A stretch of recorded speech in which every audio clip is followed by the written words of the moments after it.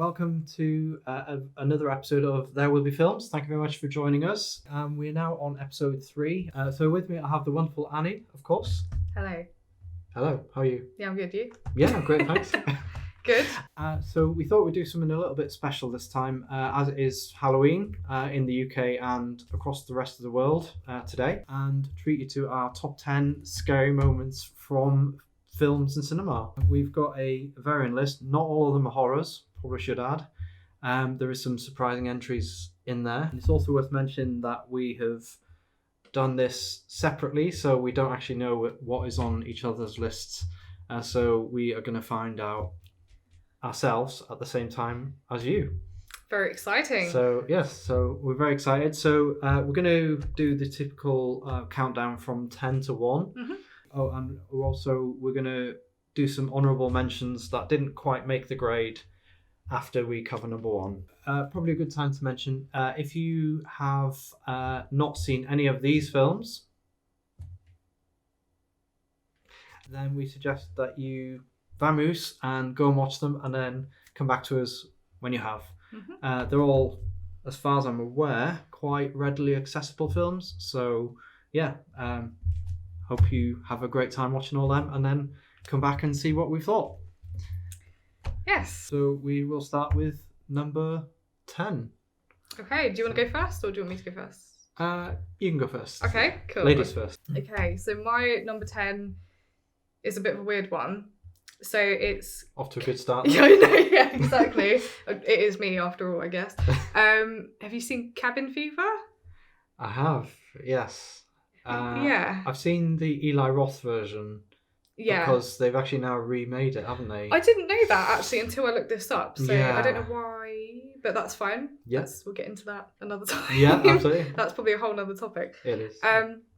So yes, Cabin Fever, it came out in 2002, I believe. Yes. And it's actually not a particularly scary film, but I watched it when I was about 8 or 9. Yeah. I watched it with my mum and stepdad.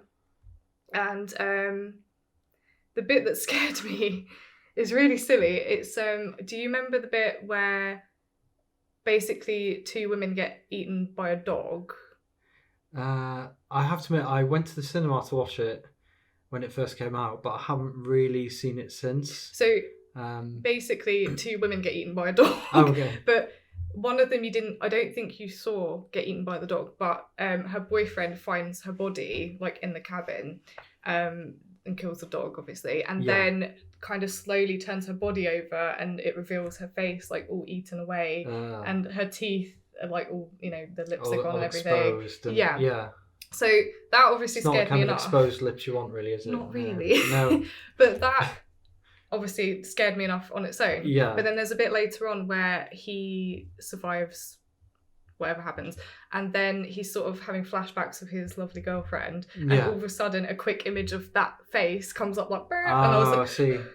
It's like a subliminal cut, or almost a subliminal cut of back to her nasty eaten away face, skanky, gnarled up, chewed, masticated face. But it's really funny because I looked it up when I was writing this list and it looks really terrible. It looks like they've just put some fake teeth like over her mouth. Oh yeah. Because clearly her mouth wouldn't actually have stuck out that much. Yeah. Like it's you like can see a it's prosthetic. Like an extra.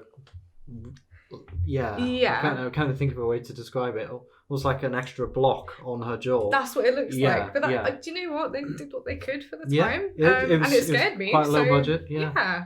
But that's my number 10. Oh, excellent. Yeah, that's a really good one. Because that was it was Eli Roth's debut film, wasn't it? So I would have been 21 when that came out. Wow. Give my age away there. But I remember it being an enjoyable cinema experience. Yeah.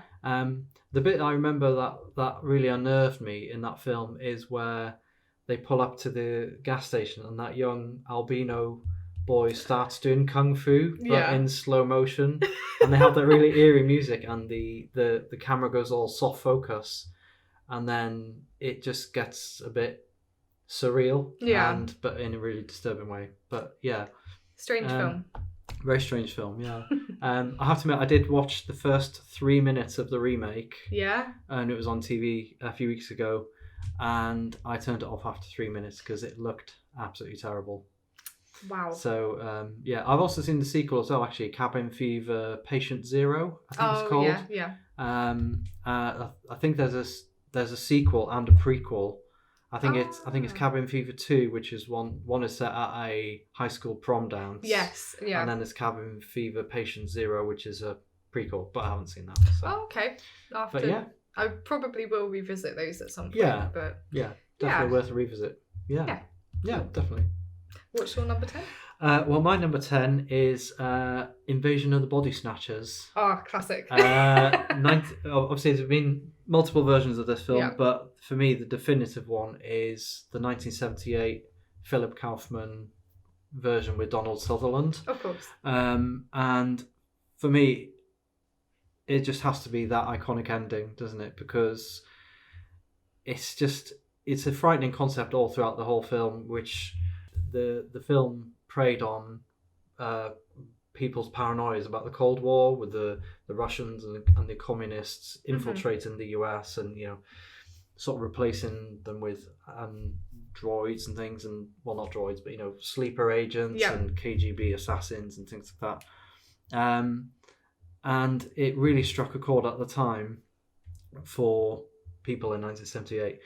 And then I was born in 1981, so I would have seen it when I was about 8 or 9 years old, because they used to play it on TV quite a lot. And I think the ending has lost a little bit of its power now because it's been parodied so much, including that brilliant scene in the IT crowd where I think it's Moss, he spots a woman that he's been dating across the street, and she does the whole... Oh, I don't remember that. The woman is played by Heather, Heather from EastEnders. Yeah.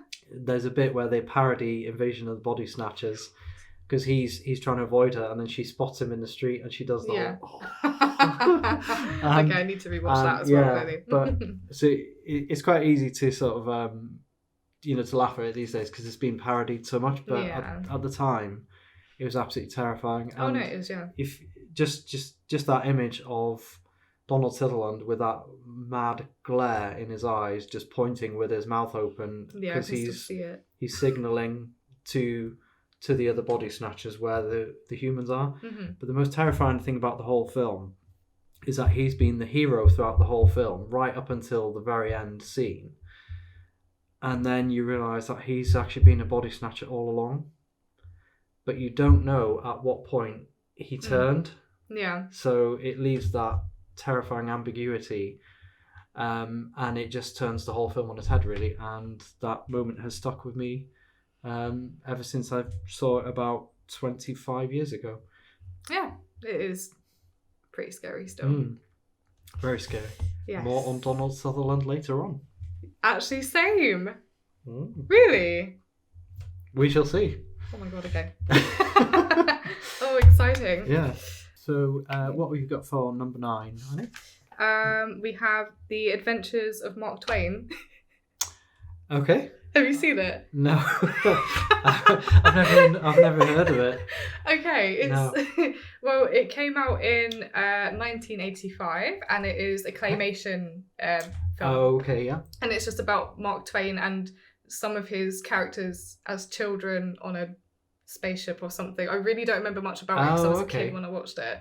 It's very strange. It sounds a little bit like Santa Claus versus the Martians. that sort of vibe. Yeah, it probably is. Yeah. But yeah, so the scene that scared me with this, honestly, I don't remember very much about the story, but they I think they're in space, and they have a visit from someone who is just a body. They don't actually have a head. What they have is like a mask on a stick, and they're holding it.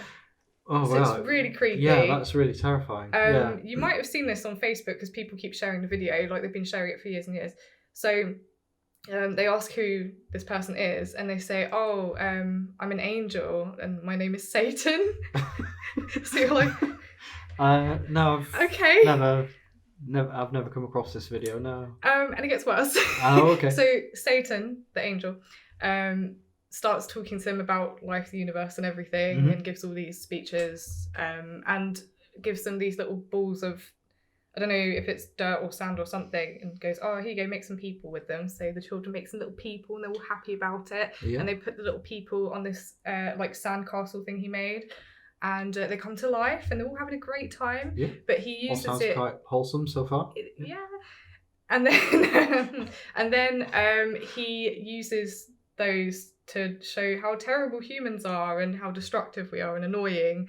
And he basically kills them in really horrible ways by bringing like natural disasters or making them fight with each other and things like that. Yeah.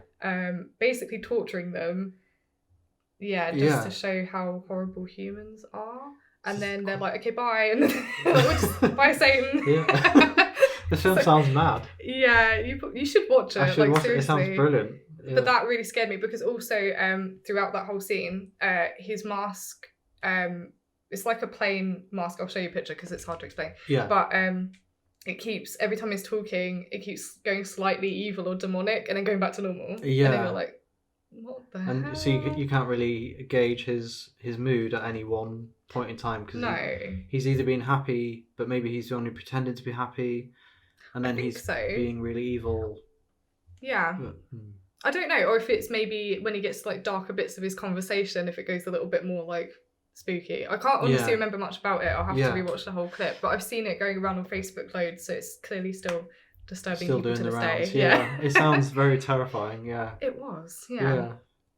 It reminds me a little bit of, there's a German fairy tale film from the 60s called The Singing Ringing Tree. Oh yeah. And it features a flying dwarf that talks backwards. And I've seen bits of it. Have you seen it? Yeah. Yes. I've actually got it on DVD, but I've never watched it. Why? My friend bought it for me as a present, and he said, "Oh, you should watch this film. It's brilliant." I've never found myself in the mood where I think I really want to put The Singing Ringing Tree on. Well, there we I've go. got it on DVD, so we should review it. I think we will review The Singing Ringing Tree. Yes. Yeah. Next video. Yeah. Oh my gosh. The Adventures of Mark Twain sounds brilliant though. Yeah, I think it was good from what I remember, but I can't remember much apart from that horrifying scene. Yeah, so. That sounds quite terrible. I thought you were going to say like, it's about Mark Twain and he's on the raft with his mate Tom Sawyer or whatever. No, he's in it though. But yeah. But I didn't realise he was going to be evil and it was all set in space. I think he's evil, or he's got like an evil twin or something. It's a crazy story. Yeah. You need to watch it. Yeah. Like I'm probably remembering it wrong. It sounds like the writers were smoking some pretty strong stuff before they made it. I mean, it was the 80s. So. Yeah. Just say no. Yes. In the words of Ronald Reagan. Yeah. Okay. So for number 9, I know it's a pretty obvious one, but I had to pick The Exorcist. Yeah. 1973, William Friedkin. No particular moment really, just the entire film. Yeah. It's one of those films whereby, again, it's easy to make fun of it these days because it's been so influential and so parodied over the years. I had this conversation with a friend of mine the other day who was talking about Halloween. Yeah. Because her, the 1978 version, because her friends were saying that the original is not scary, and I was saying, well, the only reason it's not scary is because it's been imitated poorly so many times over, and it was actually pretty groundbreaking at the time. So imagine going to watch The Exorcist or Halloween when it first came out in the cinemas. You wouldn't have seen anything like it. And for me, it's the reason that makes it so scary is not the obvious moments like the head spinning, the vomiting of mushy pea soup, the crucifix scene. Yeah. It's just the idea of the whole film in general and the fact that there's legendary stories about the whole set being cursed. Yeah. There's actually a series on Shudder at the moment called Cursed Films. Mm-hmm. And The Exorcist is featured amongst other films as well. Mm-hmm. But there was stories of the set caught fire. Nobody could explain it. There was about 9 deaths during the making of the film as well. Like crew members, their families. One of the crew members' wife had a miscarriage, things like that. Really. Oh, dear. And throughout the course of production, 9 members of the crew ended up dying. A vicar came to visit the set. and he died on the set. Oh my god. And they actually, there was a story about somebody walking down a corridor in the when they were shooting it, and there was all these rooms off to the side, and one of the doors was open at the side, and there was actually a coffin propped up against the wall, and the vicar's body was in it, like his actual real body.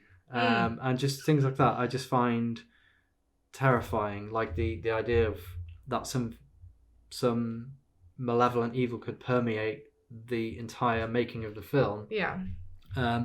But putting the real dramatic elements of it aside, putting the real life elements of it aside, just the idea of the film having really, really terrifying moments, but not the obvious ones.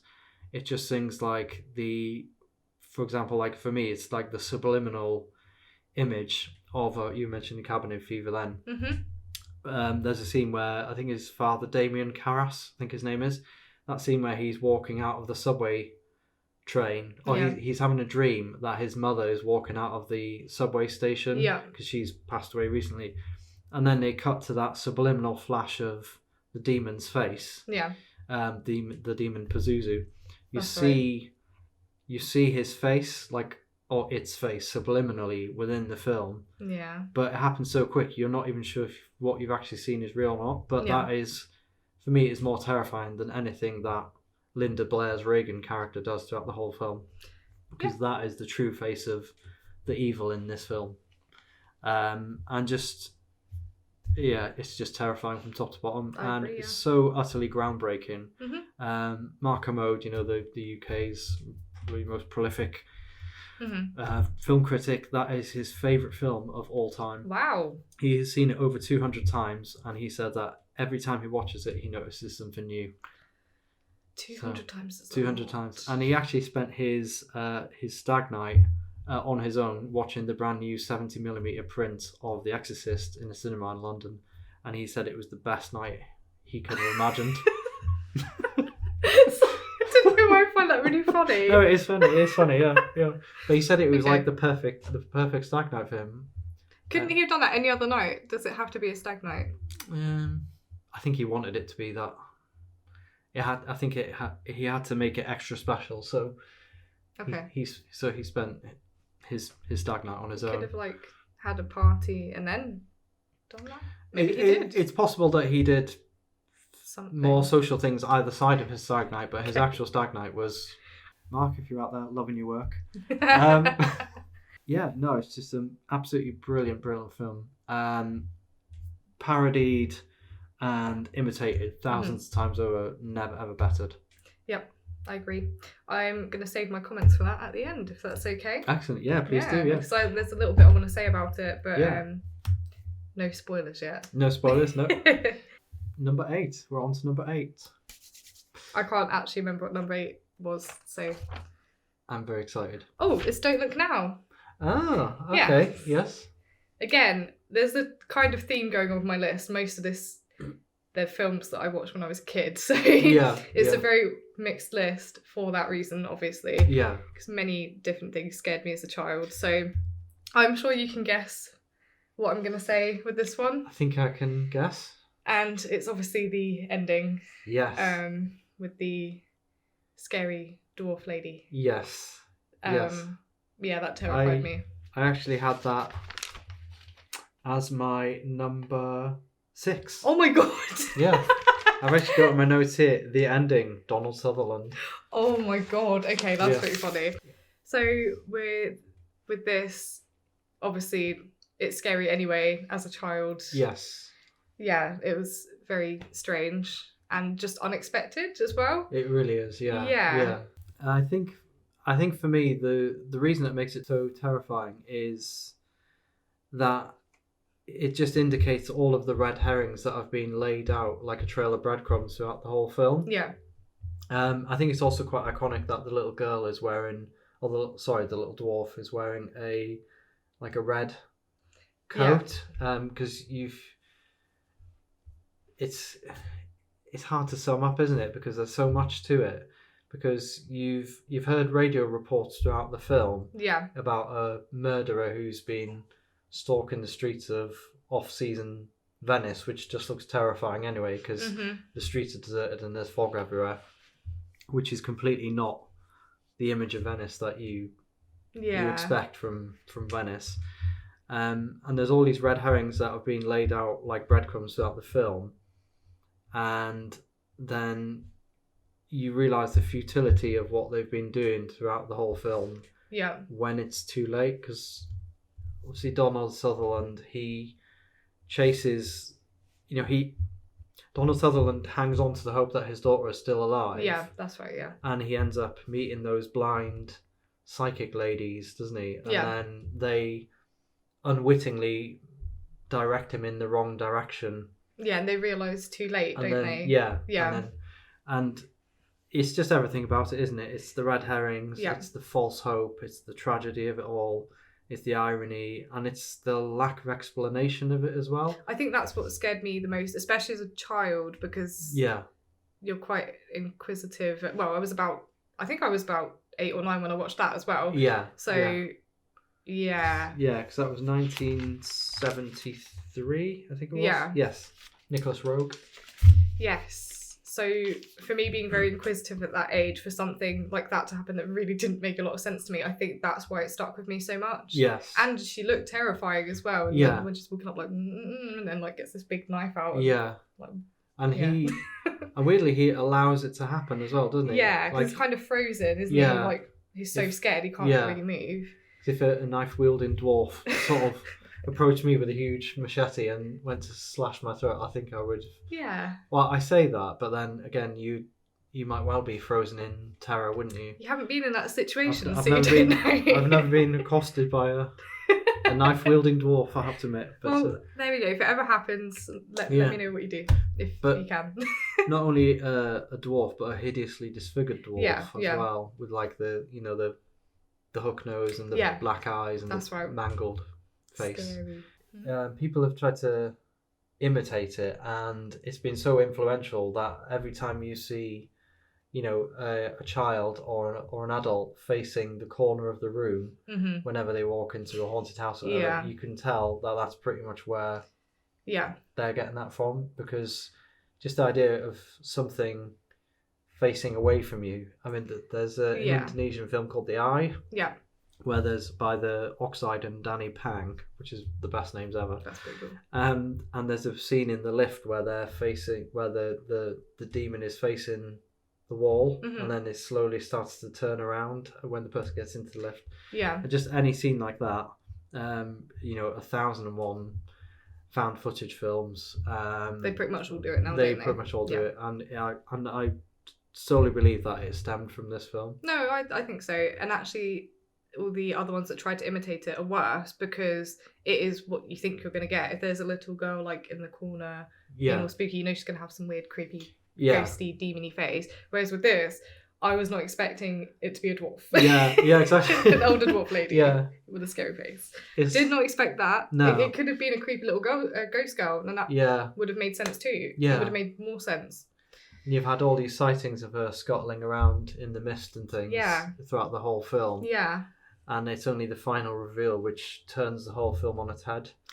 You realise that his daughter has been dead all along, so the whole thing has been a futile waste of time and life, basically. Someone needs to do something like that. Let's bring back more unexpected, weird things like that, please. Yeah, definitely, yeah.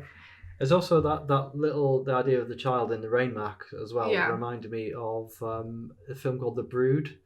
David Cronenberg film from 1982, I think it is.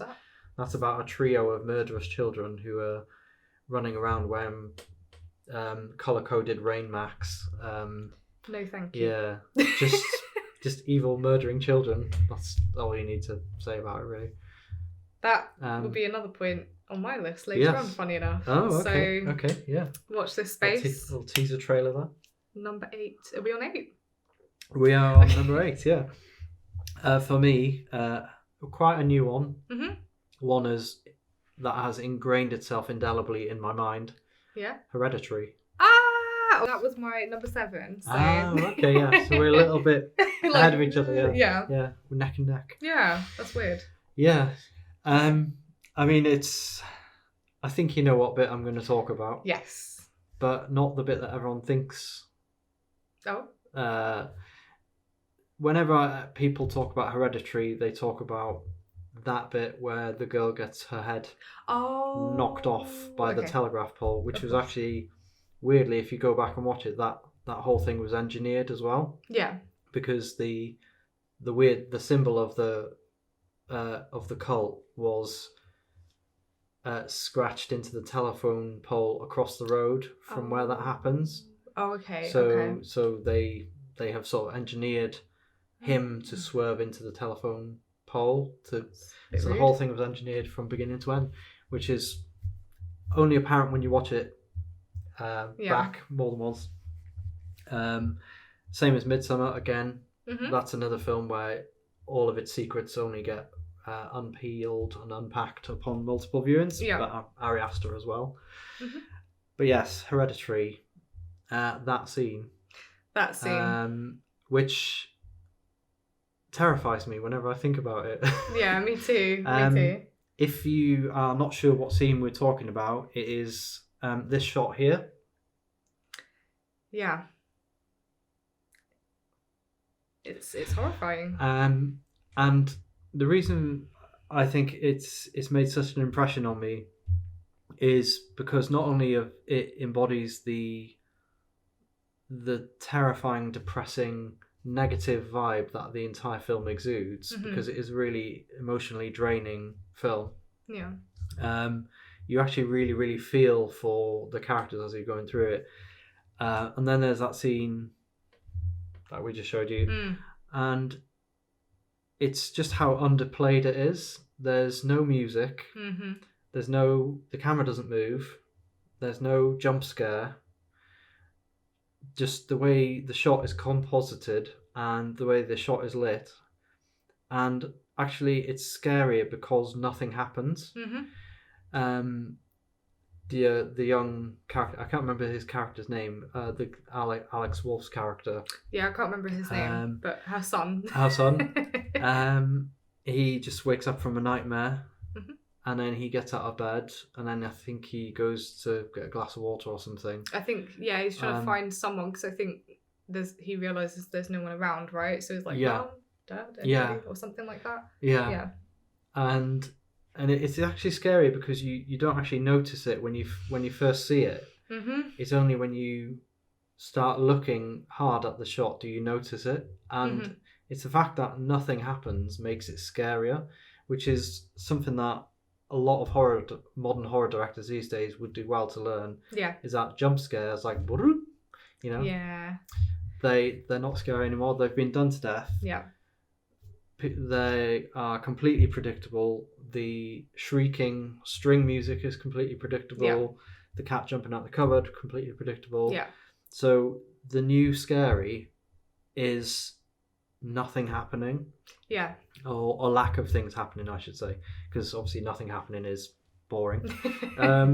But yeah, for me, it's that shot, and it's how underplayed it is, and it's how calm and quiet it is, and then there's that shot where it cuts away from the setup shot, and you just see that thing scuttle out of the room. Oh, it's horrible. Along the wall.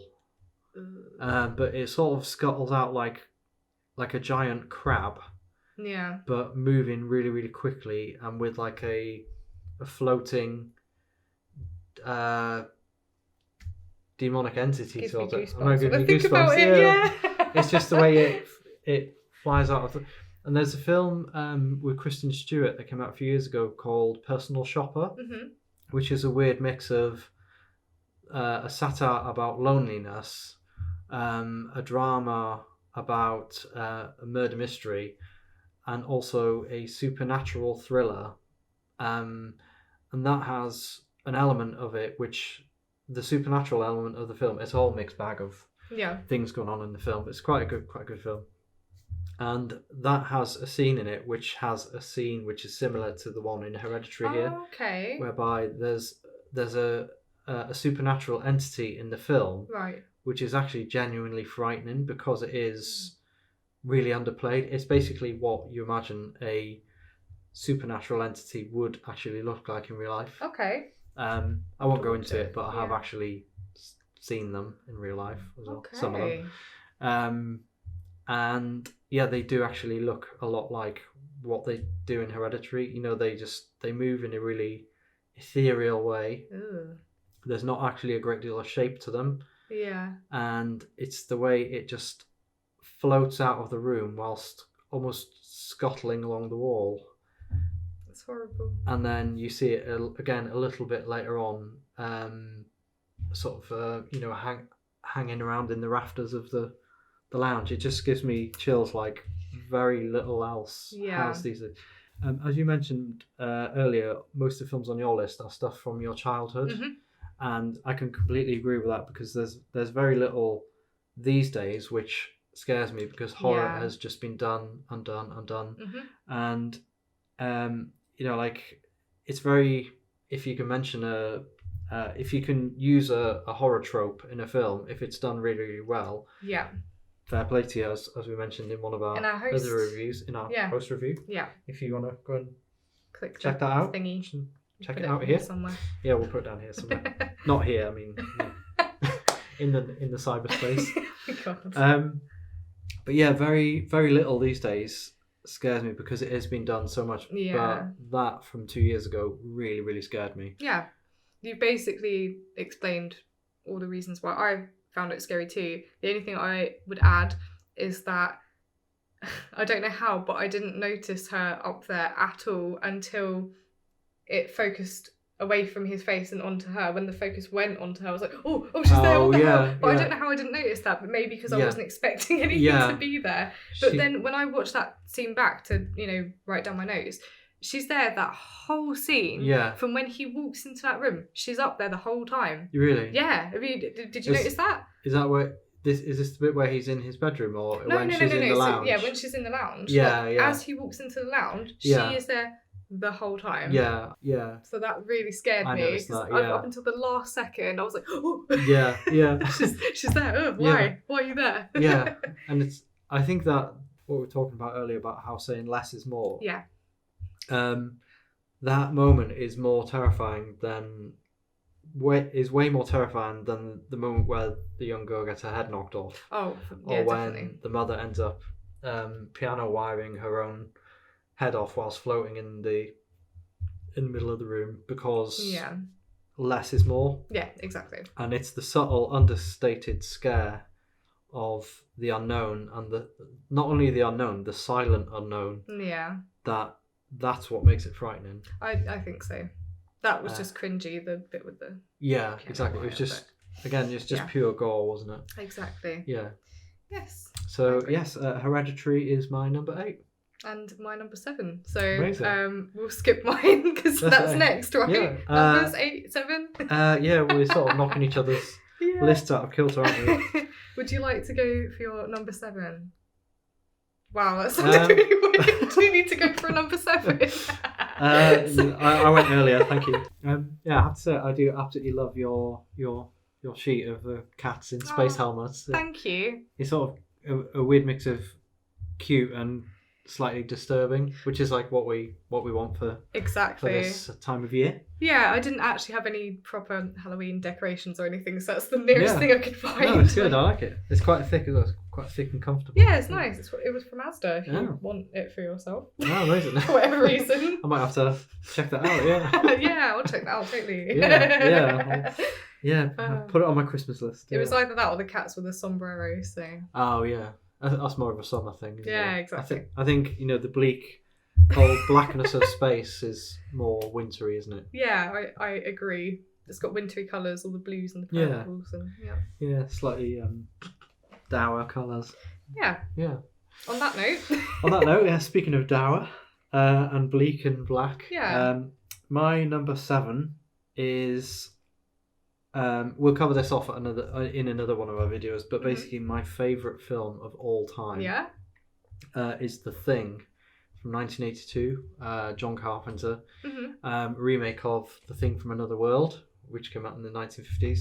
One of the rare examples of a remake which is better than the predecessor. Yeah.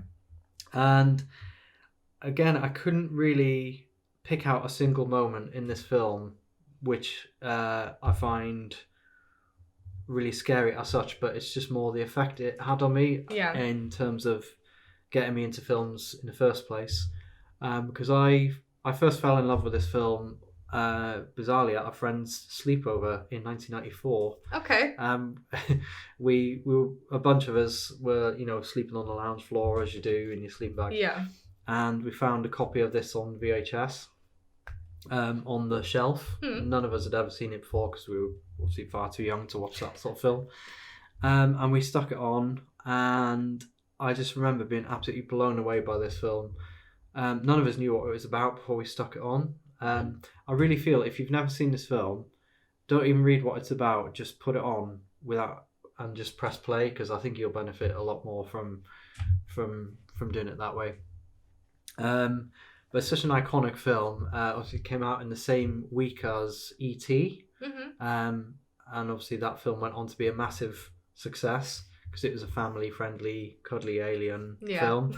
And then you've got the complete opposite coming out at the same time. That's weird. So one film became a massive success. The other one flopped dismally, really? Sadly. But over the years, it has grown in appreciation. And it's developed a huge cult following.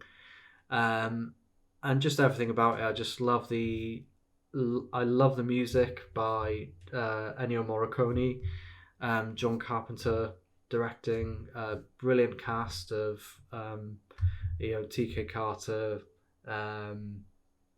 Kurt Russell, Keith David.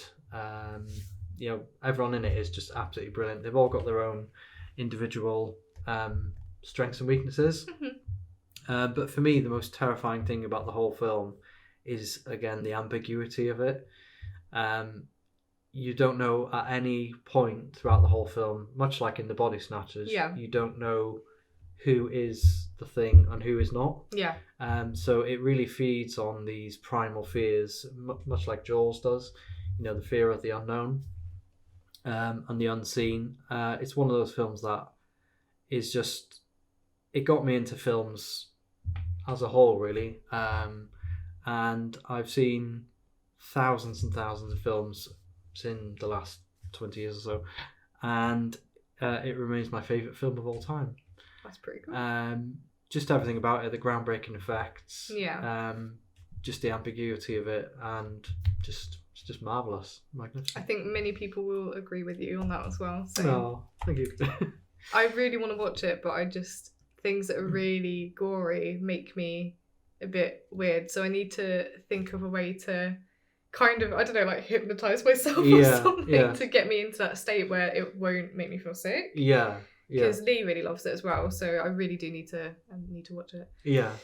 I think, for example, like a little bit of bonus trivia. Do you know that they used a real amputee? Yes. Yes, during that. Do you know why I know that? Scene? Do you know why I know that? I think I watched. There was like, top 100 scariest moments or something, and I think Jimmy Carr presented it. I don't know if you saw that. No, I don't think so. No. I think they spoke about it in that or some other weird scariest moments thing that I watched.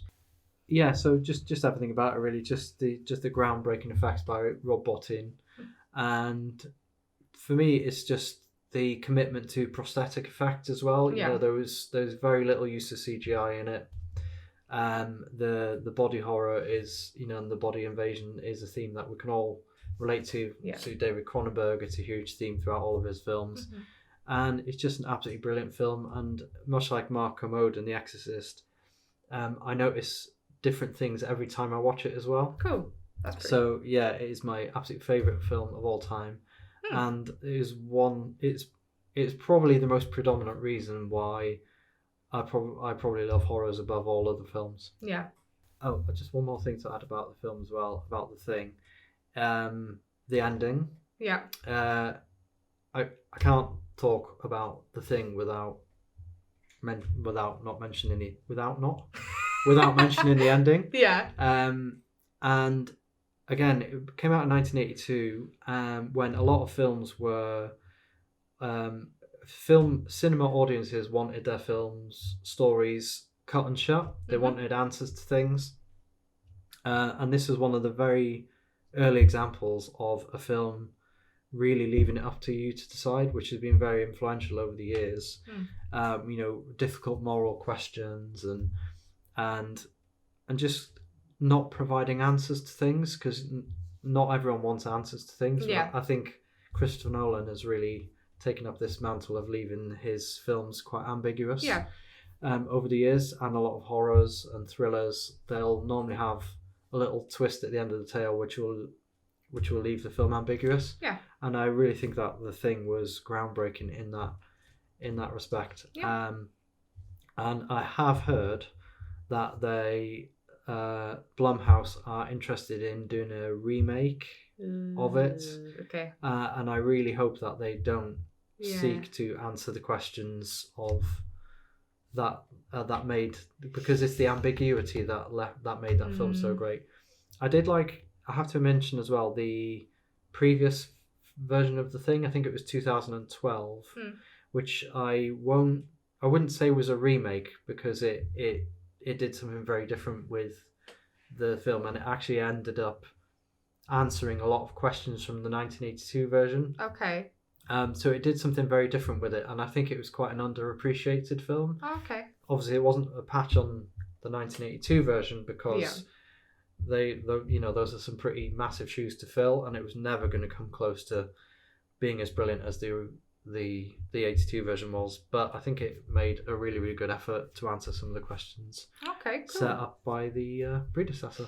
One day I will watch both.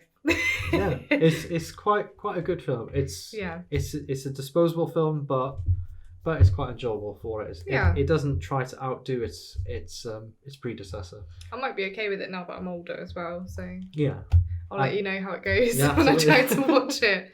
And it's got Mary Elizabeth Winstead in it, and she's great in everything. Oh yeah, I love her. She's really cool. Okay, are you ready? So Is you're this number six. Yes. Okay, so this is the last one for this part of the video, and we'll be doing a part 2 for the rest. Mm-hmm. I forgot numbers, 5 to 1. Yeah. And this is why I failed maths. Okay, so my number 6. Yes, now I remember. It's actually The Ring. The Ring, yeah. Okay. From 2002, and I watched it when I was 9. Again, everything on this list apparently was about 9 years old when I watched it. Just to clarify, is this the Japanese Ring or the US? No, US this ring? is actually the US Ring. remake. Yes, because I actually didn't watch that until a couple of years later. It's because it all gets very incestuous, doesn't it? You've got Ring 2 US, Ring 0 US, Ring 3 Japanese, Ring 0 it's kind of very a mess. Confusing. But yes, so I watched this one first. Mm-hmm. So the bit that actually scared me and really stuck with me from this was right at the beginning.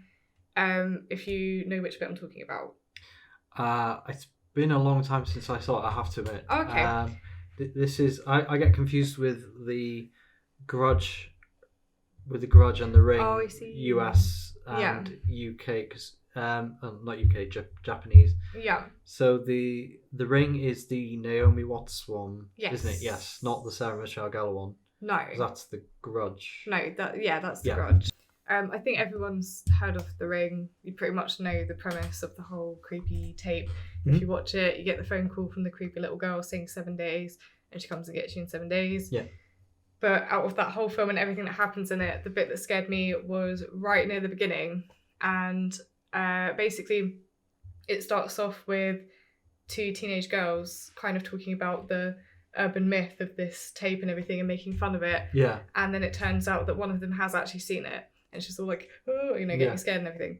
And then at one point, she's on her own and she walks to a bedroom and there's all like water leaking out of it onto the floor. Mm-hmm.